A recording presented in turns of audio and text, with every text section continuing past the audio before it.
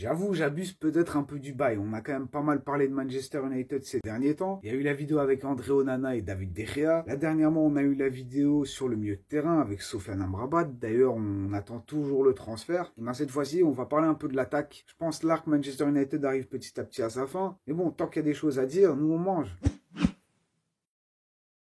Alors, avant d'explorer les options, parlons déjà de l'effectif de Manu. Alors, comme on peut voir ici, sur les côtés, en vrai, il y a de quoi faire. Là où il y a un problème, c'est vraiment en pointe. Il n'y a que Anthony Martial. Déjà, ce qui est problématique, c'est le fait que tu n'es qu'un seul joueur qui peut jouer à ce poste-là. Alors oui, Rashford peut dépanner. Mais bon, le problème aussi, c'est Martial. Il lui reste qu'un an de contrat et on a vu quand même que... c'est poussif. C'est pas vraiment un joueur sur lequel tu peux compter. Sûrement pas si tu veux aller plus loin.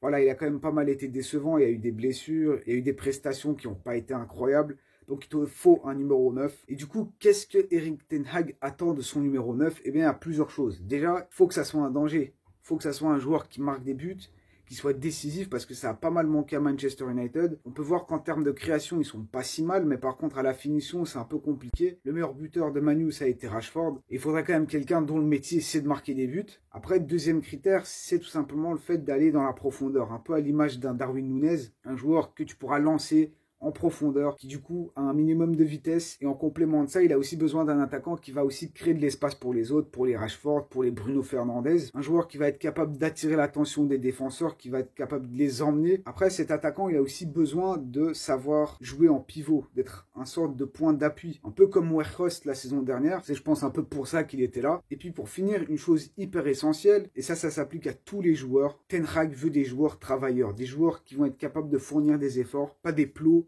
qui attendent qu'il y ait des miracles qui se passent. Du coup, voilà un peu le profil d'attaquant que Manchester United a besoin, que Ten Hag veut tout simplement. Et là, enfin, on va pouvoir se mettre un truc sous la dent avec les différentes options, les différents candidats. Mais par contre, ce qu'il faut quand même se dire, c'est que le marché des numéros 9, c'est...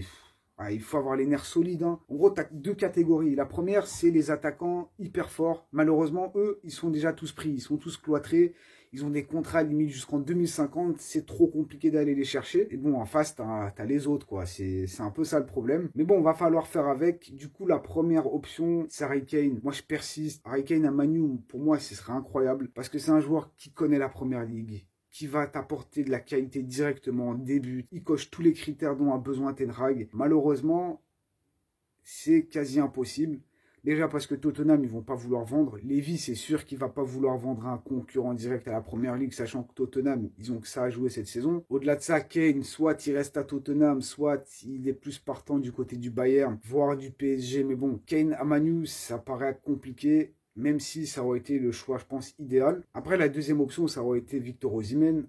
Un joueur qui coche parfaitement les critères dont a besoin Ten Hag, un joueur de qualité qui serait de grande aide pour Manchester United, mais le problème c'est que ça a l'air trop compliqué. Voilà, Osimhen, il est à Naples. Qui dit Naples dit De Laurentiis, et ce mec, tu rigoles pas, voilà. Lui, qu'on soit clair, c'est plata au plomo. Soit tu payes, soit tu vas te faire foutre, c'est aussi simple que ça. Encore une fois, un transfert beaucoup trop compliqué, mais un transfert qui t'aurait fait quand même pas mal de bien. Du coup, j'ai pensé à deux autres joueurs que je mets à peu près dans la même catégorie. C'est Jonathan David et Kolo Muani. Alors bon, deux joueurs qui ont plus ou moins été liés à Manchester United à un moment donné. Maintenant, on se retrouve de nouveau devant cette problématique du prix. Voilà, c'est des joueurs quand même où tu vas devoir sortir un peu le chécos. Le problème, Manchester United, ils ont déjà un peu dépensé. Ils ont aussi besoin de renforcer d'autres secteurs. Et à côté de ça, avec ce qui se passe avec les Glazers, avec le Qatar qui rachète pas, on ne sait plus trop là actuellement. C'est un peu flou. Du coup, c'est vrai que Manchester United, ils n'ont pas un budget illimité. Et eux, c'est deux joueurs où le prix se rapprocherait très certainement des 100 millions. Est-ce que Manu est capable de mettre 100 millions sur un joueur maintenant ? Je sais pas, mais ça reste quand même des joueurs très intéressants. Voilà, c'est des joueurs qui sont capables de faire des stats, c'est des joueurs qui sont capables de décrocher, d'aller dans la profondeur, d'être mobiles sur le terrain, de fournir des efforts. Ils peuvent plus ou moins remplir tous les critères dont on a parlé tout à l'heure.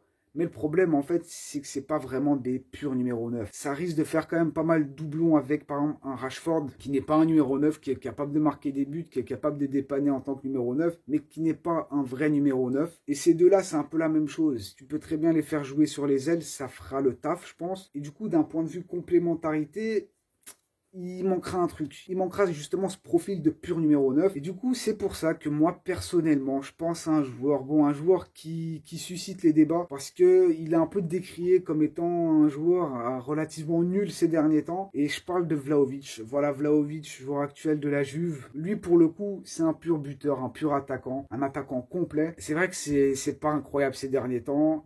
Entre différentes blessures, des pubalgies, des blessures aux adducteurs. Ça n'a pas été une grosse saison de sa part, mais de manière générale, depuis qu'il a rejoint la Juve, c'est pas ouf.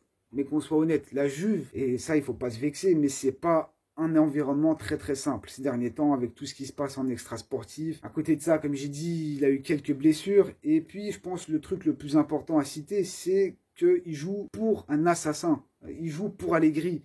Un gars qui déteste le foot le déteste, mais le système d'Allegri, c'est quand même très compliqué, ça ne met pas en valeur l'attaquant. Et bon, même si ça ne veut pas dire grand-chose, mais comparons quand même les stats de Dusan Vlahovic à la Juventus, sachant qu'il a du coup rejoint l'équipe il y a 1 an et demi, en janvier 2022. Et du coup, comparons cette année et demie à la Juventus avec la dernière année et demie à la Fiorentina. Et comme on peut voir ici, ben, quand même à la Fiorentina, c'était quand même fort intéressant. Surtout qu'il y a eu une période où franchement, c'était quasi un but par match, avant justement qu'il rejoigne la Juventus. Et du coup, voilà, moi, Dusan Vlahovic, franchement, je pense que ça aurait fait le taf. Je dis pas que ça aurait été incroyable, j'en sais rien. Mais je pense que ça aurait été pas si mal. Ça aurait été vraiment pas dégueulasse. Comme à chaque fois, on revient aux critères de Ten Hag.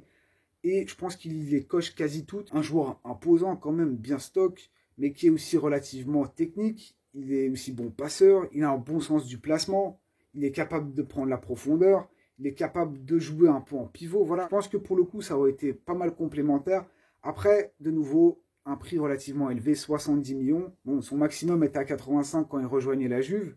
Là, il lui reste 2 ans de contrat. Donc, ça paraît de nouveau un transfert un peu compliqué, surtout avec les dernières blessures. Bon, on ne sait pas dans quel état il est, mais franchement, sur papier, je pense que ça aurait été vraiment pas mal. Mais ça, c'est sans compter qu'il semblerait que Manchester United ait déjà trouvé son nouvel attaquant. Et selon les dernières infos, il s'agirait du nouveau Erling Haaland, à savoir Rasmus Højlund. Alors non, c'est pas une blague, il s'appelle vraiment comme ça, le boug. C'est pas une parodie. Mais du coup, on va pas faire les acteurs. Moi, perso, je le connais pas énormément. Faites pas semblant, vous le connaissez pas non plus. Mais du coup, il s'agit ici d'un jeune Danois qui joue actuellement à l'Atalanta. Il a d'ailleurs rejoint l'équipe en début de saison. Donc là, en fait, ça fait qu'il n'a qu'une saison dans les pattes, on va dire.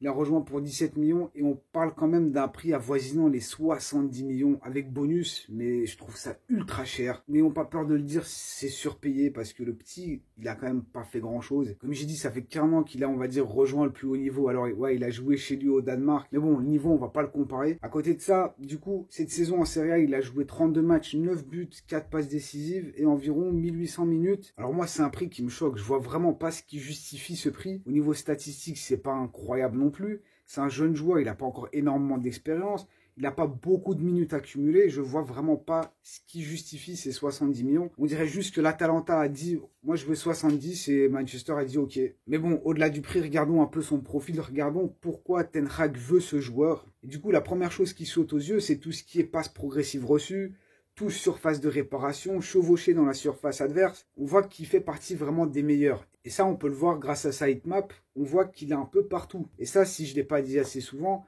mais c'est un des critères que Ten Hag veut. C'est un joueur qui est mobile, qui est flexible, qui est capable de prendre la profondeur. C'est pas un plot, c'est pas un joueur qui va rester là et attendre que l'action se passe. Non, c'est un joueur qui va beaucoup bouger, qui peut se déplacer sur l'aile gauche, sur l'aile droite, laisser un peu d'espace pour les autres joueurs. C'est un joueur qui sent l'espace, qui est constamment en déplacement. Et ça, ben, on le voit avec ses statistiques. Et au-delà de ça, c'est un joueur qui a de la présence dans la surface. Voilà, c'est aussi un joueur qui aime bien dribbler. Après, il n'est pas incroyable, mais c'est vrai qu'il fait quelques petits gestes techniques par-ci, par-là. Techniquement, il est vraiment pas dégueulasse. Après, évidemment, il ne faut pas t'attendre à un joueur qui va te faire des arcs-en-ciel, qui va dribbler 5 joueurs, et voilà. Mais il est quand même capable de te sortir quelques gestes techniques. Même si, bon, sa capacité à réceptionner un ballon, sa conduite de balle, c'est pas non plus incroyable. Après, ce qui est sympa aussi avec lui, c'est que c'est un travailleur, voilà. Il est capable de presser, il est capable de fournir les efforts. Un peu à la Darwin Núñez, il n'est pas que mobile pour recevoir le ballon, mais il est aussi mobile pour aller le chercher, pour aller gêner l'adversaire. Et puis bon, quand tu as un Golgoth assez costaud, parce qu'il fait quand même 1m91, mais du coup, quand tu as un Golgoth qui te fonce dedans,